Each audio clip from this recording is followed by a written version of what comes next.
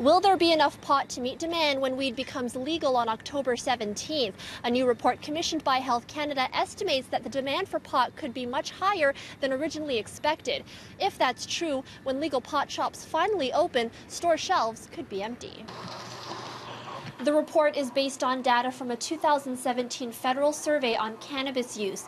It estimates that in the first year of legalized pot, Canadians will consume more than 900,000 kilograms. That's more than 40% higher than the original estimate from the Parliamentary Budget Officer.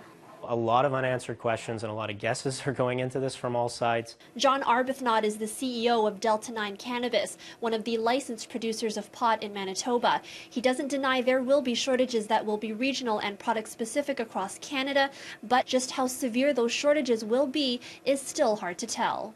We're really not entirely sure, and depending on the model that you're using to make that estimate of the overall Canadian demand, I mean, the numbers can vary quite widely.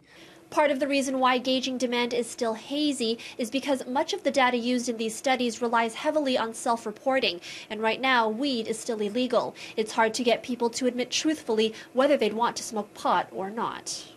I'm going to pass on answering. Yeah, me too. No, I wouldn't. No? No.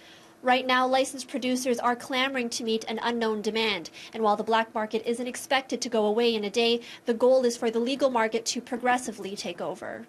It's just going to be a question of which provinces are moving quickly enough to secure supply, who's far enough ahead from a regulatory perspective. So I don't want to call it Wild West, but it's going to be interesting to see, who's quickest, who's fastest, who's doing the best job to roll out legalization here this fall.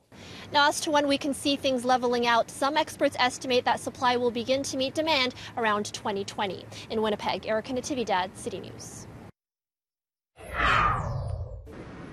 Are you ready for this?